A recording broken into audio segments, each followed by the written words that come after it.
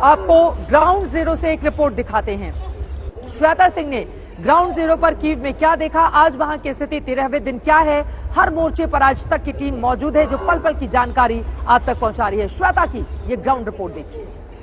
जो ज़ेलेंस्की हैं उन्हें अपने देश के हित के लिए और उनकी बर्बादी को देखते हुए इस्तीफा दे देना चाहिए और उसके बाद किसी और को उनकी जगह पर बैठना चाहिए। इस तरह की चर्चाएं भी यहां पर आम हो गई हैं, इस तरह की बातें भी यहां पर आम हो गई हैं। शुभंकर, बहुत ज्यादा दबाव बढ़ता जा रहा है, आक्रमण बढ़ रहे हैं जैसे जैसे, और साथ में जिस तरीके से जो स्ट्रेटेजिक इलाके आप कह रहे हैं जहां पर आक्रमण किया जा रहा है, जहां पर प्रहार किया जा रहा है, जहां ये धमाके हो रहे हैं, उनसे बहुत ज्यादा दिक्कतें हो रही हैं। शहर के कुछ इलाकों में हम देखते हैं कि उनकी आपूर्ति तो चीजों की हो पाती है, जो चीजें हैं उस हिसाब से पहुंच पाती हैं कन्वीनियंस स्टोर्स वगैरह में, लेकिन कल ही हमने देखा था कि चंद घंटों के अंदर ही वो शेल्फ के शेल्फ खाली हुए थे। तस्वीरें भी हमने भेजी थी।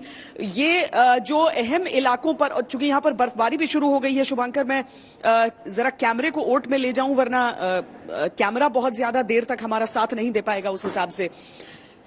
लेकिन देखिए जिस तरह की चीजें यहां पर चल रही हैं, वो दबाव तो बन रहा है, वो दबाव तो बढ़ रहा है। सिर्फ एक स्पिरिट है जिसके आधार पर इस समय यूक्रेन वो लड़ाई लड़ रहा है, या फिर दुनिया से जिस तरह की मदद की उम्मीद की जा रही है उस हिसाब से इस लड़ाई को लड़ा जा रहा है। लेकिन कब तक ये सवाल भी सबके जहन में है, कब तक ये सवाल सबके जहन में है कि कैसे और कब तक ये संभव हो पाएगा। दूसरा, आज की परिस्थिति में जिस तरह की जरूरत रूस की हो जाती है, क्योंकि रूस पर जो प्रतिबंध लग रहे हैं उसका असर यूरोप पर पड़ रहा है, उन लोगों पर भी पड़ रहा है। इसी वजह से न सिर्फ फ्रांस की तरफ से ये बयान आया है, बल्कि देखिए कि हंगरी की तरफ से भी ये कह दिया गया था कि अगर इस तरह के प्रतिबंध चलते रहे, इससे आगे अगर हुआ तो हम पर भी उसका प्रभाव पड़ना लाजमी है।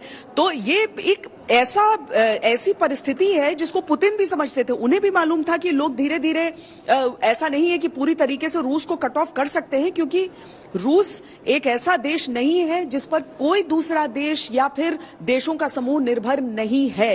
अगर वो हम एब्सटेंशंस देखते हैं या फिर हम रूस के पक्ष में भी खड़े हुए देशों को देख लेते हैं, तो ये वो देश नहीं है जिनकी कोई स्टैंडिंग नहीं है और जिन्हें नकार दिया जा सकता है। इस समय की जो स्थिति है उसमें रूस की पोजीशन भले ही थोड़ी अंतर्राष्ट्रीय तौर पर, कूटनीतिक तौर पर थोड़ी कमजोर दिखे, लेकिन पूरी तरीके से कमजोर है ऐसा भी नहीं है।